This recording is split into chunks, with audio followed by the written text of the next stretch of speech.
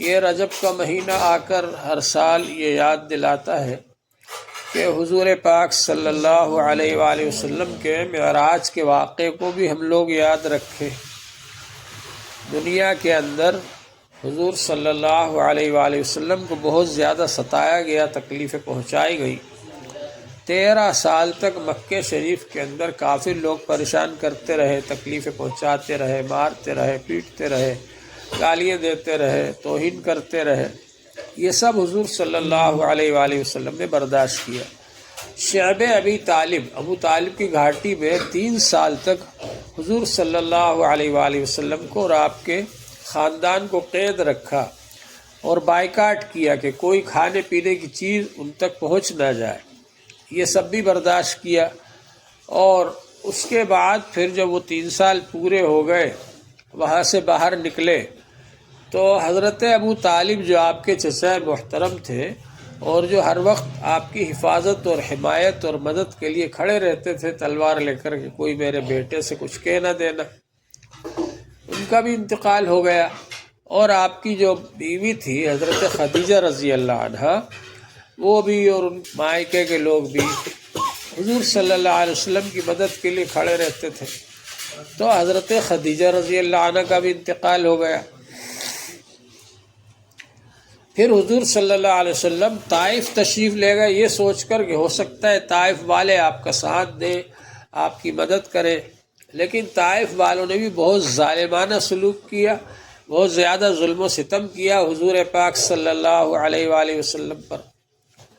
پتھر مارے، لہو لہان کر دیا، اونٹوں کو پیچھے لگا دیا، اور حضور پاک صلی اللہ علیہ وسلم زخمی ہو گئے اور آپ کے جوتے مبارک خون سے بھر گئے۔ حضرت زید رضی اللہ عنہ جو حضور صلی اللہ علیہ وسلم کے غلام تھے، وہ اس سفر میں ساتھ تھے، وہ آپ کو اٹھا کر کے گود میں اور ایک باغیچے میں لے گئے، وہاں تھوڑی دیر بٹھایا آپ کو۔ تو وہاں پہاڑوں کا فرشتہ آیا اور اس نے کہا اگر آپ کی اجازت ہو تو میں ان دونوں کو پہاڑوں کو، مکہ اور طائف کے پہاڑوں کو ملا دوں تو ان کی چٹنی پس جائے جو آپ پر ظلم کرنے والے ہیں۔ حضور پاک صلی اللہ علیہ وسلم نے فرمایا نہیں، اگر یہ لوگ ایمان نہیں لائے تو ہو سکتا ہے ان کی اولادوں میں سے لوگ ایمان لے آئے۔ آپ نے اس بات کو پسند نہیں فرمایا۔ بہرحال یہ سب کچھ ہوا، کتنا زیادہ حضور صلی اللہ علیہ وسلم کو رنج ہوا، غم ہوا، تکلیفیں اٹھائی، آپ نے تکلیفیں برداشت کی۔ اللہ تبارک و تعالی نے یہ دکھانے کے لیے کہ تم حضور صلی اللہ علیہ وسلم کو اتنا ستا رہے ہو، تکلیفیں پہنچا رہے ہو، توہین کر رہے ہو، ان کا ہماری نظر میں کتنا اونچا مقام ہے، کتنا بلند و بالا مقام ہے، یہ دکھانے کے لیے اور قیامت تک کے آنے والے انسانوں کے سامنے ایک معجزہ ظاہر کرنے کے لیے اللہ جل شانہ نے حضور پاک صلی اللہ علیہ وآلہ وسلم کو معراج پر بلایا اور یہ کہا سبحان الذی اسری بعبدہ، پاک ہے وہ ہستی جو اپنے خاص بندے کو لے کر کے گیا راتوں رات۔ کہاں لے کر گیا؟ مسجد حرام سے مسجد اقصی تک۔ یہ ذکر تو یہاں پر موجود ہے، اس کو اسرا کہتے ہیں، رات میں لے جانا۔ تو سبحان الذی اسری بعبدہ، پاک ہے وہ ہستی جو کہ اپنے بندے کو راتوں رات لے کر کے گیا مسجد حرام سے مسجد اقصی تک۔ پھر مسجد اقصی سے آپ تشریف لے گئے 7 آسمانوں پر، اور 7 آسمانوں سے اور اوپر گئے، آپ سدرۃ المنتہا پر گئے۔ سدرۃ المنتہا سے آگے کوئی چیز نہیں جاتی، وہاں آپ تشریف لے گئے، اور سدرۃ المنتہا کے پاس میں ہی جنت ہے، جنت بھی دیکھی آپ نے۔ اور حضور پاک صلی اللہ علیہ وآلہ وسلم کے لیے پھر ایک مسند لائی گئی، ایک تخت جیسا لایا گیا، اور اس پر رف رف پر مخمل کا فرش بچھا ہوا تھا، اس پر آپ تشریف فرما ہوئے، اور پھر اور اوپر تشریف لے گئے آپ۔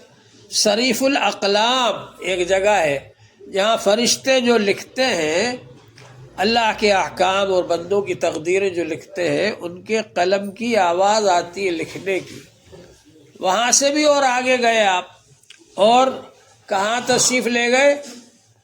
عرش کے پاس تشریف لے گئے، اور اللہ جل شانہ سے ہم کلام ہوئے، کلام کرنے کا شرف حاصل ہوا، بات چیت کی اللہ تبارک و تعالی سے، اللہ تعالی کے دربار میں پیش کیا اپنی ساری عبادتوں کو، التحیات للہ والصلوات والطیبات، تمام قولی عبادتیں، فعلی عبادتیں اور تمام مالی عبادتیں سب اللہ کے دربار میں پیش ہیں۔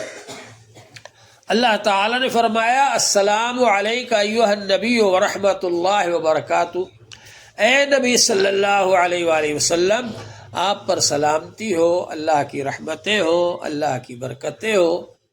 فرشتوں نے دیکھا کہ رحمتوں کی بارش ہو رہی ہے، برکتوں کی بارش ہو رہی ہے، اور حضور پاک صلی اللہ علیہ وسلم نے دیکھا کہ رحمتوں اور برکتوں کی بارش ہو رہی ہے، تو اتنا اونچا مقام، اتنے بلند مقام پر پہنچنے کے بعد بھی آپ نے اپنی امت کو یاد رکھا اور فرمایا السلام علینا وعلی عباد اللہ الصالحین، سلام ہو ہم پر بھی اور اللہ کے نیک بندوں پر بھی۔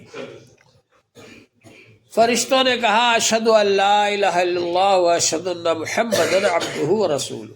یہ التحیات جو ہم پڑھتے ہیں یہ معراج کی یادگار ہے۔ اللہ جل شانہ نے حضور پاک صلی اللہ علیہ وآلہ وسلم کو 3 انعامات عطا فرمائے۔ ایک انعام تو یہ دیا کہ آپ کی امت کو آپ یہ بتا دیں کہ جو شخص خالص ایمان لے کر آئے گا، شرک نہیں کرے گا، وہ جنت میں ضرور جائے گا اور جہنم سے بچ جائے گا۔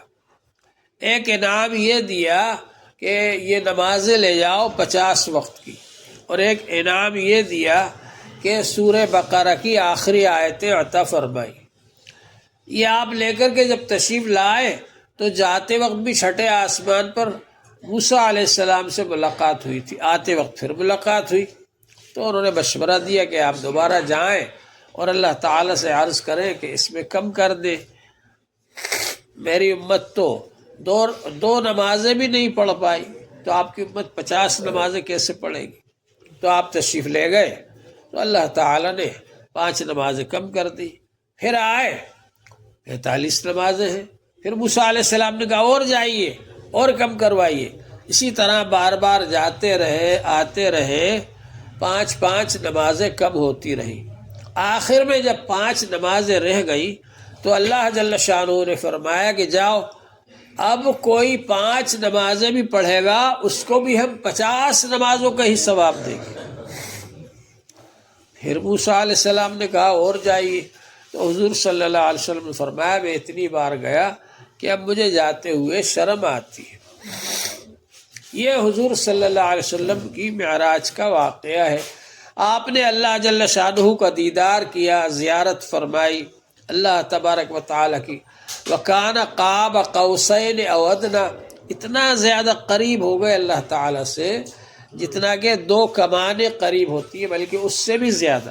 عرب لوگوں کا طریقہ تھا اس لشکر میں سے ایک آدمی آتا، اس لشکر میں سے ایک آدمی آتا، اور وہ بھی اپنی کمان کو ادھر ملاتے، وہ بھی اپنی کمان کو ملاتے، تو وہ کمان، ایک تو کمان کا وہ حصہ ہوتا ہے جدھر سے پکڑتے ہیں، اور ایک کمان کا وہ حصہ ہوتا ہے جدھر وہ تار بندھا رہتا ہے، تو وہ تار جو بندھا رہتا ہے وہ بالکل یوں مل جاتے دونوں تار، تو سمجھتے کہ اب یہ لشکروں کی صلح ہو گئی۔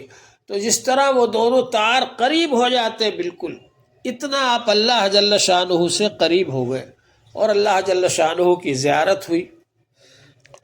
تمام صحابہ اس بات کو مانتے ہیں کہ حضور صلی اللہ علیہ وسلم نے اللہ جل شانہ کی زیارت کی ہے، سوائے حضرت عائشہ رضی اللہ عنہ کے اور معاویہ رضی اللہ عنہ کے۔ اور حضرت عائشہ رضی اللہ عنہ تو اس وقت نکاح بھی نہیں آئی تھی، کیونکہ حضور صلی اللہ علیہ وسلم کو معراج ہوئی ہے ہجرت سے پہلے، اور حضرت عائشہ رضی اللہ عنہ ہجرت کے بعد میں آپ کے گھر آئی ہے۔ اسی طرح سے معاویہ رضی اللہ عنہ فتح مکہ کے بعد مسلمان ہوئے، تو وہ بھی اس وقت مسلمانوں میں شامل ہی نہیں تھے، تو اب یہ دو حضرات ہی کہتے ہیں کہ حضور کو زیارت نہیں ہوئی، باقی سارے صحابہ اس بات کو مانتے ہیں کہ معراج میں اللہ جل شانہ کو دیکھا ہے، دیدار ہوا ہے، زیارت ہوئی ہے، حضور پاک صلی اللہ علیہ وسلم نے زیارت سے شرف حاصل کیا ہے۔ تو بہرحال اب آپ تشریف لائے تو مکے والوں سے آپ نے بیان فرمایا کہ میں اللہ جل شانہ کے پاس گیا، عرش کے پاس گیا، اللہ سے ملاقات کی، اللہ کا دیدار کیا۔ مکے والوں نے بہت مذاق اڑایا، مخالفت کی، کہا کہ ارے یہ کیسے ہو سکتا ہے کہ آپ ساتوں آسمانوں کے اوپر چلے گئے اور آ بھی گئے اتنی جلدی، رات ہی رات میں؟ اللہ کے لیے کیا مشکل ہے، اللہ نے سارا نظام روک دیا، رات کو بھی روک دیا کہ آگے مت بڑھنا، اتنا ہی رہنا، تو رات اتنے ہی رہی۔ بہرحال یہ کہ یہ سب کچھ انہوں نے مذاق اڑایا، تو مذاق تو اسی لیے اڑایا نا کہ وہ سمجھتے تھے کہ میں جسم کے گئے، جسم کے ساتھ گئے، خواب تو دیکھتے ہی تھے۔ حضور صلی اللہ علیہ وسلم نے کئی بار خواب میں اللہ جل شانہ کو دیکھا، دیدار کیا، خواب میں کئی بار آپ اوپر تشریف لے گئے، ملائے اعلیٰ پر تشریف لے گئے، لیکن یہ جو واقعہ ہوا مائع جسم کے ہوا، اس لیے مکے والوں نے مذاق اڑایا، اختلاف کیا۔ لیکن جب انہوں نے کہا اچھا ہے بتائیے کہ مسجد حرام میں، مسجد اقصیٰ میں کتنے دروازے ہیں، کتنی کھڑکیاں ہیں، تو اللہ جل شانہ نے حضور پاک صلی اللہ علیہ وسلم کے سامنے کر دیا مسجد اقصیٰ کو، اور آپ دیکھ کر بتاتے گئے اتنے دروازے ہیں، اتنی کھڑکیاں ہیں۔ تو بہرحال یہ کہ حضور پاک صلی اللہ علیہ وسلم کو معراج کرائی اللہ تعالی نے، اس کا مقصد کیا ہے لِنُرِيَهُ مِنْ آیاتنا، ہم اپنی قدرت کی نشانیاں دکھائیں اپنے بندے کو، اس لیے بلایا، بڑی بڑی نشانیاں دکھائی، جنت دکھائی، دوزخ دکھائی، سدرۃ المنتہا دکھایا، عرش دکھایا، یہ سب دکھانے کے لیے بلایا اللہ تعالی نے، اور تاکہ آپ دیکھ کر جائیں اور پھر امت کے سامنے بیان فرمائیں کہ میں دیکھ کر کے آیا ہوں۔ تو حضور پاک صلی اللہ علیہ وسلم کو اللہ تعالی نے اس لیے بلایا، اور اس لیے بھی کہ آپ کا یہ معجزہ ہے، کسی نبی کو یہ مقام حاصل نہیں ہوا جو آپ کو حاصل ہوا۔ اور مسجد اقصیٰ کے اندر تمام انبیاء علیہ السلام جمع تھے، وہاں پر آپ نے سب کو نماز پڑھائی۔ معلوم ہو جائے کہ اب سے سب نبیوں کے امام یہی ہے، سب نبیوں کے سردار یہی ہے، آپ کو ختم نبوت عطا کی گئی ہے کہ آپ پر اب نبوت ختم ہو گئی، اب کوئی نبی نہیں آئیں گے قیامت تک، تو اس لیے آپ کو بلایا اللہ تبارک و تعالی نے اور سب کو یہ دکھایا۔ تو حضور پاک صلی اللہ علیہ وسلم کا معراج کا واقعہ یہ موجودہ دور کے سائنسدانوں کے لیے بھی ایک حیرت میں ڈالنے والی چیز ہے، حیران کر دینے والی چیز ہے۔ موجودہ دور کے سائنسداں جب تک دیکھ نہ لیں کسی چیز کو، ریسرچ نہ کر لیں، تو اس وقت تک مانتے نہیں۔ ابھی تو یہ چاند تک ہی پہنچے ہیں، چاند تک پہنچے، یہ سورج تک بھی نہیں پہنچے اور ستاروں تک بھی نہیں پہنچے، تو آسمان تک کہاں سے پہنچیں گے؟ آسمان کو تو سائنسداں موجودہ زمانے کے مانتے ہی نہیں۔ اللہ نے بتلایا کہ ہم نے بنایا آسمان کو، اور یہ جو حدیث معراج ہے اس میں 7 آسمانوں کا ذکر ہے، اور یہ ذکر ہے کہ ہر آسمان پر جبرائیل علیہ السلام نے دروازہ کھلوایا، اور آسمان کے دربان نے پوچھا کون ہو؟ کہا کہ جبرائیل ہوں۔ ساتھ میں کون ہے؟ محمد صلی اللہ علیہ وسلم۔ کیا ان کو بلایا گیا؟ ہاں بلایا گیا۔ اس طرح سے پوچھ کر کے دروازہ کھولا۔ ہر آسمان میں دروازہ بھی ہے، آسمان بھی ہے، 7 آسمان ہے، پوری تفصیل ہے اس کی۔ بہرحال یہاں مختصر یہ ہے کہ موجودہ زمانے کے اعتبار سے بھی سب لوگوں کو یہ معلوم ہو جائے، سائنس کے زمانے میں بھی، کہ حضور صلی اللہ علیہ وسلم نہ صرف یہ کہ آپ نے ظاہری دنیا کو دیکھا، بلکہ آپ ملکوتی دنیا میں تشریف لے گئے، روحانی دنیا میں تشریف لے گئے، جبروتی دنیا میں تشریف لے گئے، اور سب نشانیاں دیکھ کر کے آئے آپ، اور سب کو بتلایا آپ نے۔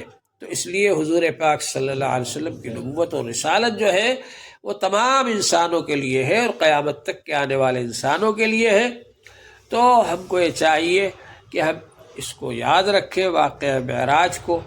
یہ جو تاریخ ہے کوئی متعینہ تاریخ بھی نہیں ہے، کئی تاریخوں کے اقوال ملتے ہیں، بلکہ ایک ہی مہینے میں کئی قول ملتے ہیں۔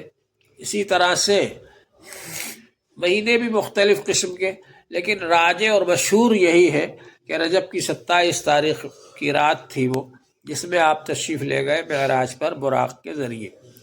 تو حضور پاک صلی اللہ علیہ وسلم کے اس معراج کو یاد رکھنے کا طریقہ یہ ہے کہ آپ نے جو تحفہ لا کر ہمیں دیا ہے، اور وہ تحفہ ہے نماز۔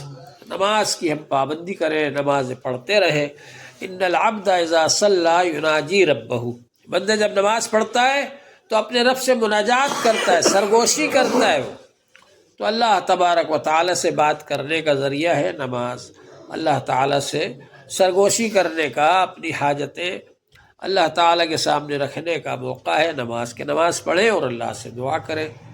تو اللہ تبارک و تعالیٰ ہم سب کو اس کی توفیق عطا فرمائے، اور حضور پاک صلی اللہ علیہ وسلم سے زیادہ سے زیادہ تعلق بڑھانا ہے، آپ کی سنتوں کا اتباع کرنا ہے، ایک ایک سنت کو معلوم کریں، اس کے مطابق عمل کریں، اور کوشش کریں جتنا زیادہ ہو سکے چلتے پھرتے اٹھتے بیٹھتے درود شریف پڑھیں۔ اللہ تعالی ہمارے یہاں پر جمع ہونے کو قبول فرمائے۔ وآخر دعوانا